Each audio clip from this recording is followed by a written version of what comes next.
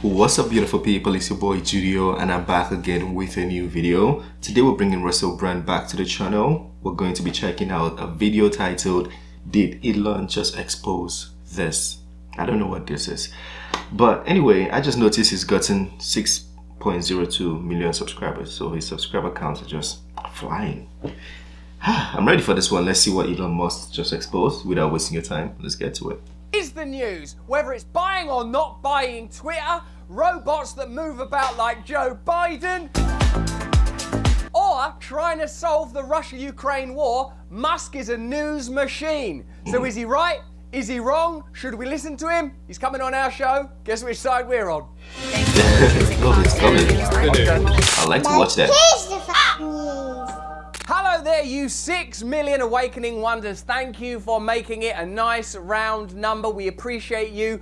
We love you. Thanks for following us here. Remember to subscribe. Remember to turn on the notification bell. And now join us every day on Rumble, not Bumble, perverts, not Rubble, which will be what's created if these wars go ahead. No Bumble, perverts. On Rumble, streaming every day at this time. In-depth looks at the stories that the mainstream media will not tell you. New perspectives, brilliant experts, beyond left, beyond right. Let's get into today's news. Elon Musk did a poll presenting a potential solution to the current conflict between Ukraine and Russia. Like all people, my sympathies lie with those suffering as a result of this conflict. So that's just my opinion, so you know. But Elon Musk is presenting potential solutions and is facing a backlash as a result, not least from President Zelensky himself. Let's have a look at this story in detail and ask ourselves a few fundamental questions. 1. Does Elon Musk have the right to say whatever he wants? 2. Should people be looking at potential diplomatic solutions to this current conflict? And 3. What do we mean when we say we support Ukraine? Are we to assume that we mean support Ukraine up to and including a nuclear conflict? I'm not saying that we shouldn't. I'm saying that if we are going to, then we should be aware that that's what we're doing. Because there's a difference between changing the picture in your bio, putting a sticker in your window, and living in a post-apocalyptic hellscape. So, I'm not saying don't do that. Some things are worth dying for. It's good to say I'm not saying.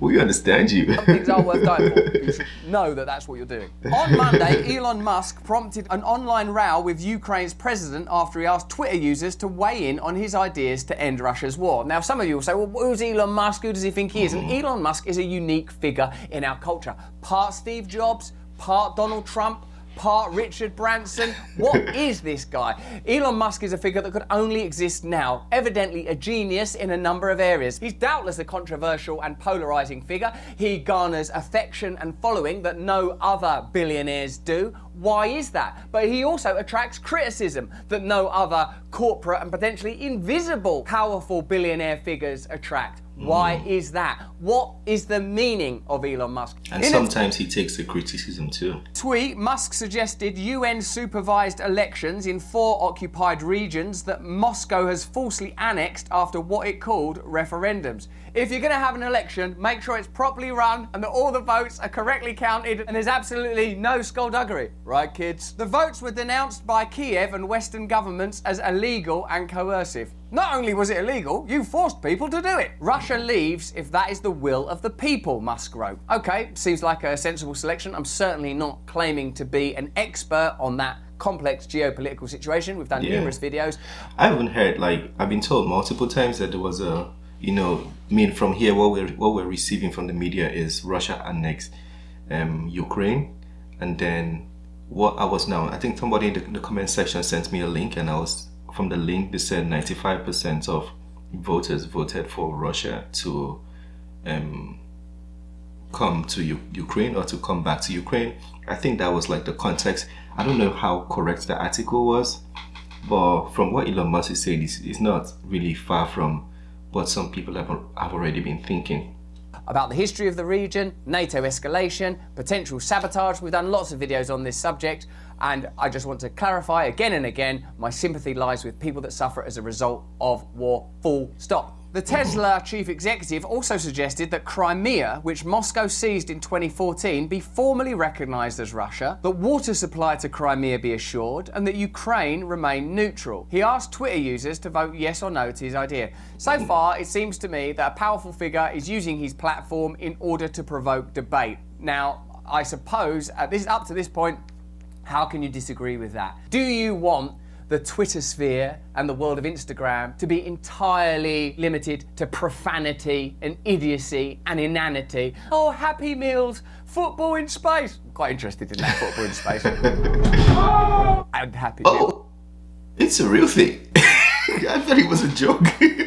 It actually happens. Okay, I guess I'm living in a hole. Ukraine President Volodymyr Zelensky weighed in on Twitter and asked with a poll, which Elon Musk do you like more? One who supports Ukraine or one that supports Russia? So obviously that he's agitated by that response. And what we're being invited to do there, I would say, is like, you know, for me, Zelensky seems like a heroic figure. Didn't he used to be a comedian? Now he's running a country. You can see why I'd be into that idea. But also with Zelensky, if you look at what's being asked there, is for blind, unquestioning support. Now, I don't think blind, unquestioning support is a good idea sort of ever. I mean, even if it was a member of your family or something, like, I'm going to blindly and unquestioning. You might do that emotionally. You might say, I don't even care if they murder someone. I'm just going to love them till the end of time. But some people, you would hope, would remain objective and neutral in that situation. Ultimately, don't all of us want that war to end? Ultimately, don't all of us want a peaceful solution? Ultimately, don't all of us want the individuals of this world and the communities of this world to be free from suffering and for people to have the ability to run their own lives? I know that's what I want. Let me know in the chat, let me know in the comments.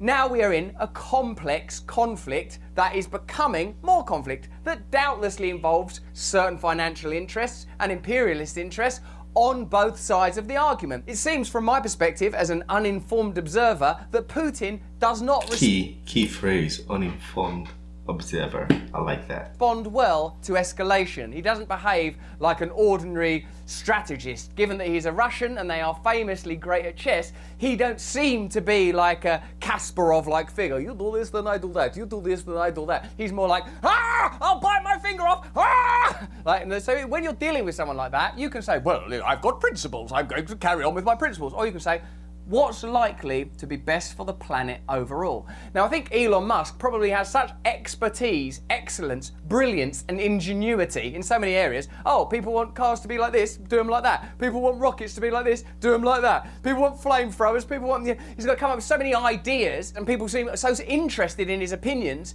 that it's perfectly natural, I imagine, for him to say, well, how would you solve this conflict? I mean, don't all of us do it? But it seems what he's proposing is a potential diplomatic solution that would put an end to the conflict. And if it's like, well, we don't want to capitulate to a bully. Yeah, well, this isn't school. This is like a potential nuclear war. So I'm not saying don't support Ukraine up to and including nuclear Armageddon. Maybe that is your position. If it is your position, declare that. I don't care if there's a nuclear war. Why does this sound like sarcasm? Like, not the whole video, but just this thing he said. If that's your position, like, it just sounds like sarcasm to me. I'll put the sticker in the window. I've changed the picture in the bio, and if it means that all our pets die in the garden and for 50 years the soil is untillable, I am willing to die for it. That's a question. You see, sounds like sarcasm. That I think you need to sit with.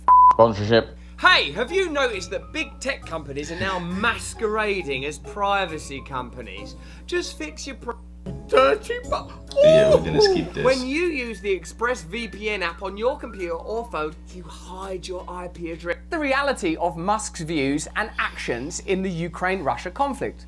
Well, this is interesting. In a response to the criticism, Musk said he continues to support Ukraine, but he fears the Kremlin will eventually escalate and trigger a nuclear war if the fight expands to Crimea, which Russia currently controls. As evidence of his support for Ukraine, he pointed to SpaceX funding of Starlink in the country, an internet network. SpaceX's out-of-pocket cost to enable and support Starlink in Ukraine is $80 million so far. Our support for Russia is $0. Obviously, we are pro-Ukraine, he wrote in a tweet. So, on that basis, if it's true, seems like he's pro-Ukraine and he's got an opinion that's pro-diplomacy. And the real problem is that there's a very simple line that you're supposed to toe around this subject, which focuses on the thing that's obvious. The suffering of Ukrainian people is bad. That's obvious. That's called phatic. That's when something is so obvious, you don't need to say it. It's obvious that.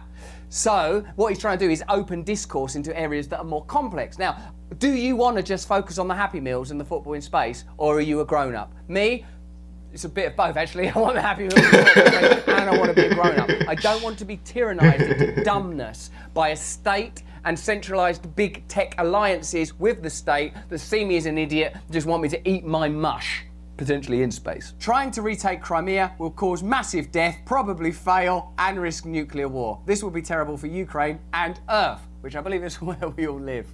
So there you go, that's certainly an interesting perspective from Elon Musk. This is George Beebe from Responsible Statecraft. Elon Musk is right. Perhaps not in the particulars of the peace settlement for Ukraine that he recently proposed for his millions of Twitter followers. Such a settlement can only be determined over the course of multi-dimensional diplomatic negotiations. But Musk is right that if things in Ukraine continue along their present course, the United States and Russia are headed toward a collision that could have catastrophic consequences for all parties to the conflict and for the world.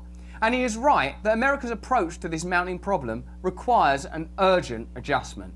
How many of you agree with that? Musk appears to grasp what the Biden administration does not, that Putin is not following the script we've written for him in Ukraine. That script involves a calculation of costs and benefits that will lead him to back away from confrontation with the United States and NATO. Musk has done much to help Ukraine defend itself against Russia's invasion. Now he is doing Ukraine, the United States and the world a service in highlighting the need for a diplomatic track to accompany the military pushback we've employed so far against Russia in Ukraine. Confronting Putin with a choice between humiliation and nuclear escalation is a formula for disaster. Seems to me to be a pretty sensible and intelligent opinion. I feel so Elon too. Musk is a unique figure. Part Jobs, part Trump with his outspoken populist tendencies, part Branson with his ability to understand marketing. He is a peculiar creature of our times. No doubt an innovator, and on the personal contact that I've had with him, he seems like a pretty good person, and I'm very excited to have him on our show. How does he dominate the news space? Because he has the power to openly speak and not be afraid of censorship, and because he has the platform through Twitter to reach a lot of people. We are doing the work of the censors in trying to prohibit and inhibit Elon Musk. He is an unusual and idiosyncratic figure, and he is a billionaire, and I suppose therefore you could make the arguments you could make against anyone with that much wealth and power, and those are arguments that I would certainly like the chance to present to Elon Musk in person.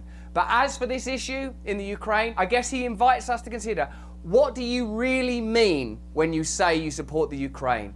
Do you support the Ukraine up to the point of nuclear Armageddon? If that's where you are, then I admire you. You keep emphasizing this. I would prefer a diplomatic solution. I would prefer an end to all suffering. You know, I said the same thing in one of my videos, that I would prefer like a diplomatic solution, and some people even personally DMing me saying I'm responsible for the blood and things, like lots of like topics. People, you see, you just want, the thing is, people want everybody to be on their side, just be like on this side.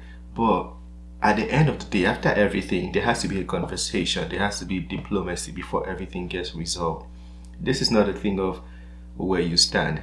It's a thing of peace at the end of the day, because whether you like it or not, whether you're from Africa, Europe, wherever, if it gets explosive, what I mean by that, if it gets out of hand, it's going to affect everybody. So we all should be looking for peace. That's it. That's where I stand. I stand for diplomacy anytime, any day. Through war, I pray that we are at the point in our personal and social evolution where we are beyond that kind of unnecessary, pointless conflict that only benefits elite institutions and establishment figures and ultimately causes more and more suffering. But that's just what I think. Let me know what you think in the comments. Let me know what you think in the chat. Have a look at either of these videos. They're both fantastic. Thank you for getting us to 6 million. Subscribe now if you don't subscribe already. Turn on the notifications. Yeah, I think Elon Musk is just trying to start a conversation that people are afraid to have, or people don't want to speak about, or some people just want to blatantly ignore. I like the conversation, whether his points are valid or not. The fact that the conversation is out there on Twitter and on a big platform, and I mean big following as his. I like that he's bringing up the conversation, because one thing that's going to happen is, if Elon Musk is wrong, people are going to write about Elon Musk being wrong. If he's right, people are going to write about him being right. That's going to create like a broader discussion, broader insight. Many people are going to have more ideas on different perspective on how to see what is going on, and different ideas on how it can be resolved. So yeah, I like the fact that the discussion is being brought up in that manner. Yeah, thumbs up to Elon Musk. I don't think he did anything wrong there, but just that's my opinion. Let me know what you guys think of it. And if you want to check out Russell Brand, I'll put the link to the original video in the description. Have a wonderful day, guys. Peace.